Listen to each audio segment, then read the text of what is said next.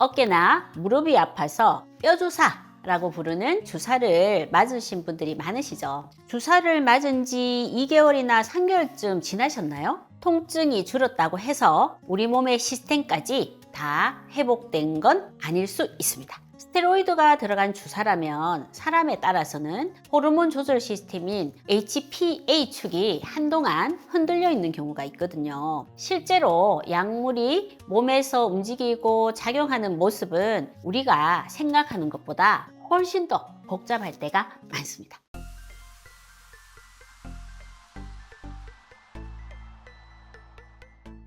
안녕하세요. 기능의학으로 원인을 분석하고 우리 몸의 숙제를 함께 풀어가는 이웃집 닥터 김혜연입니다. 염증을 강력하게 억제하는 스테로이드 주사를 딱 한 번 맞았을 때를 예로 들어볼게요.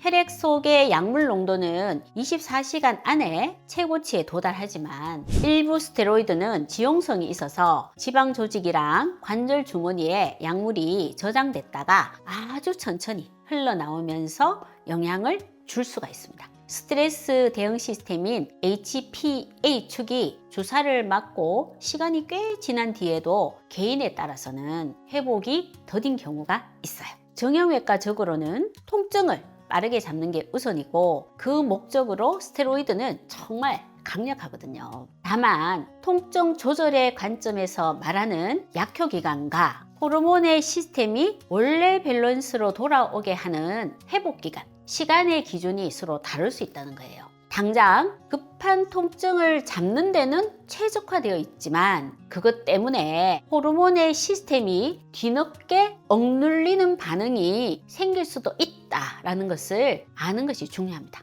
코티솔 검사를 하면 되나요? 많이들 이렇게 물어보세요. 맞습니다. 그런데 혈액 검사에서 코티솔이 정상 범위로 나왔다고 해서 바로 마음을 놓기에는 아직 이른 경우가 있어요.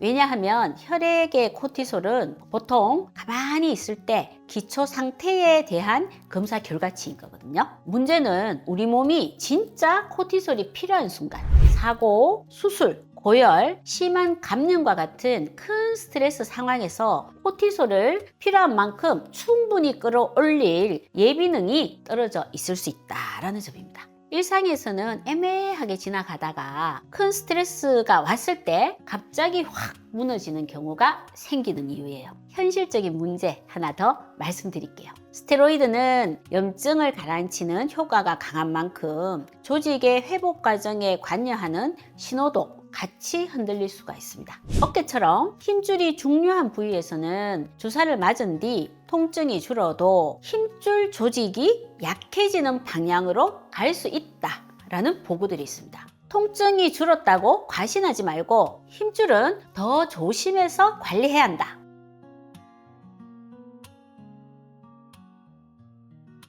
주사를 많이 맞으신 분들은 또 이런 이야기들도 하세요. 운동도 하고 식사도 조심하는데 배만 자꾸 나와요. 팔, 다리는 가늘어지는데 이상하게 살이 붙어요. 몸이 축 늘어지고 근육이 안 붙어요. 스테로이드는 사람에 따라 인슐린 신호나 근육 대사에 영향을 주면서 근육은 줄고 지방이 늘기 쉬운 방향으로 체형이 바뀔 수 있습니다. 외부에서 스테로이드가 들어오면 부신의 호르몬 생산 라인 자체가 억제될 수가 있고 DHEA와 같은 호르몬의 수치 회복이 더딘 경우가 생길 수 있어요.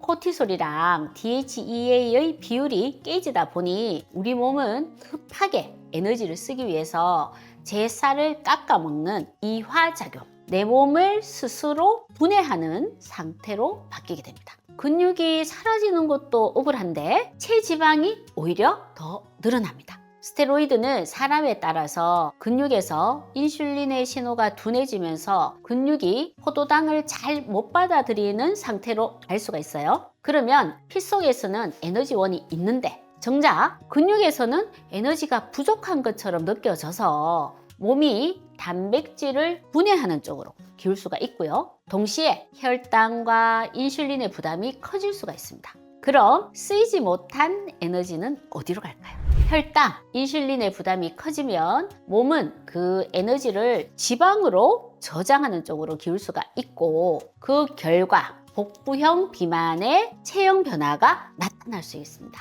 여기에서 상황을 더 어렵게 만드는 건 근육이 다시 붙는 과정도 방해를 받을 수 있다라는 점입니다. 근육 대사뿐만 아니라 우리 몸의 전체적인 대사 속도를 조절하는 갑상선 호르몬에도 교란이 올 수가 있어요.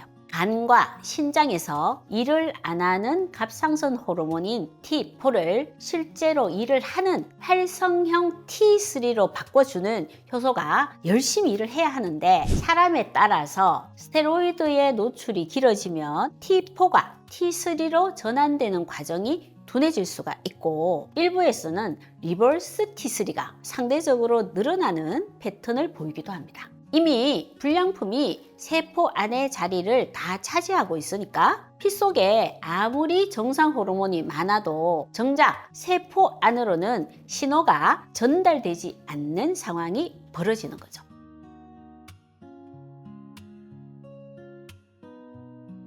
기준이 좀 복잡하죠? 하지만 핵심은 간단합니다. 피 검사 수치만 믿지 말고 내 몸이 보내는 저대사 신호를 놓치지 말아야 한다. 제가 드리는 내용은 일반적인 정보이고 또 개인별 질환이나 복용약 상태에 따라서 접근법이 달라질 수 있어요.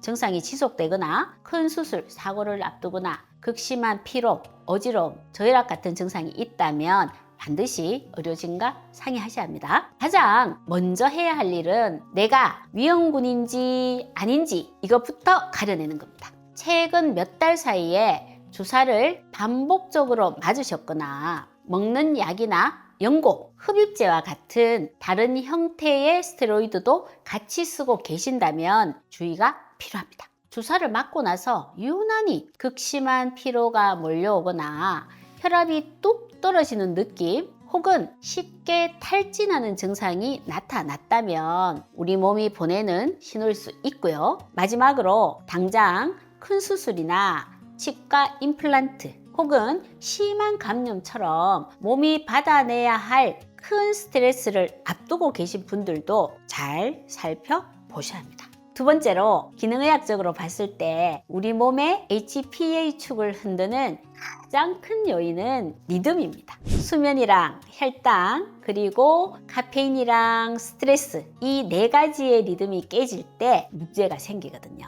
이 리듬을 잘 잡으려면 수면 시간부터 일정하게 딱 고정을 하셔야 되고요. 저녁 늦게 드시는 카페인이나 술은 최대한 줄이시는 게 좋습니다.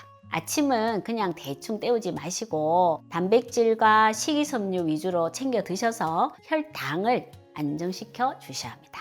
운동도 무조건 땀 뻘뻘 흘린다고 좋은 게 아닙니다. 앞서 말씀드린 생활 루틴 기본기가 어느 정도 다져졌다면 선택사항을 고려해 볼 수가 있어요. 바로 영양제나 보충제인데요. 여기서 가장 중요한 핵심은 누구나 먹어도 되는 게 아니라는 점입니다. 망가진 HPA축, 우리 몸의 조절 시스템을 다시 세팅하기 위해 기능의학적으로는 포스파티딜세린이라는 성분을 활용하기도 합니다. 이 성분이 하는 역할이 뭐냐 하면 쉽게 말해서 스트레스 호르몬인 코티솔이 쓸데없이 콸콸 나오지 않게 수도꼭지를 잠가주는 역할을 한다라고 보시면 돼요. 하지만 이것도 내 몸에 맞는 건지 우선 확인해 보는 과정이 필요합니다. 그리고 이보다 더 신중하게 사용해야 하는 보충제가 바로 DHEA입니다. DHEA를 보충하는 진짜 이유는 단순히 검사 결과지의 숫자를 맞추려는 게 아닙니다. 핵심은 방어막이에요. 내 몸속에 DHEA가 충분히 있어야만 스테로이드의 공격으로부터 세포들이 스스로를 지켜낼 수 있는 거죠. 여기서 정말 주의하셔야 될 게 있습니다. DHEA는 비타민처럼 가볍게 드시는 영양제가 아니에요. 몸에 좋다고 무작정 드셨다가는 여드름이 나거나 원치 않는 털이 자라거나 호르몬의 균형이 완전히 깨어지는 부작용을 겪을 수도 있어요. DHEA는 반드시 검사를 먼저 하셔서 전문의와 상의해서 부족한 만큼만 안전하게 채우셔야 한다는 겁니다. 마지막으로 가장 고민이신 근육 회복을 위한 전략입니다. 무작정 운동 강도를 올리는 것은 오히려 독이 될 수 있습니다. 일반적인 단백질 섭취만으로는 좀 부족합니다. 기능의학적으로는 킬로그램당 0.3g 정도의 고용량 글루타민과 류신을 꼭 챙겨 드시도록 가이드하고 있습니다. 흔히들 글루타민은 장에서 다 쓰여서 효과가 없다라고들 말하는데 그건 반만 맞는 말입니다.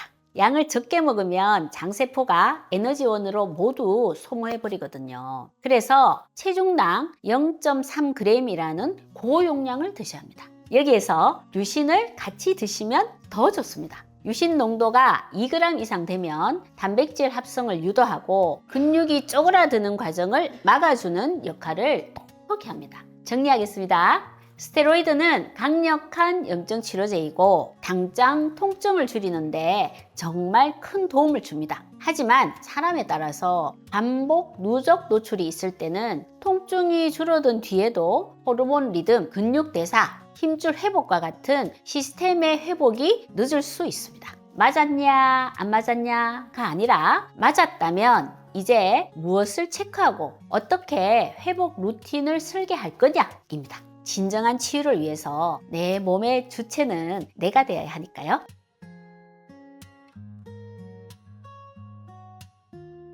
여러분의 건강한 내일을 응원하겠습니다. 지금까지 기능의학을 연구하는 하이맵 의원 원장 김혜연이었습니다. 감사합니다.